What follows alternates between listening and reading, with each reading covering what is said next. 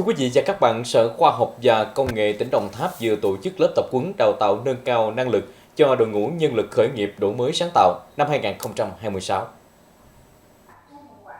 Tại lớp tập huấn, các học viên được trao đổi khơi mở tư duy đổi mới sáng tạo từ thực tế, giải quyết vấn đề, thiết kế giải pháp khởi nghiệp bền vững và thực hành phát triển ý tưởng.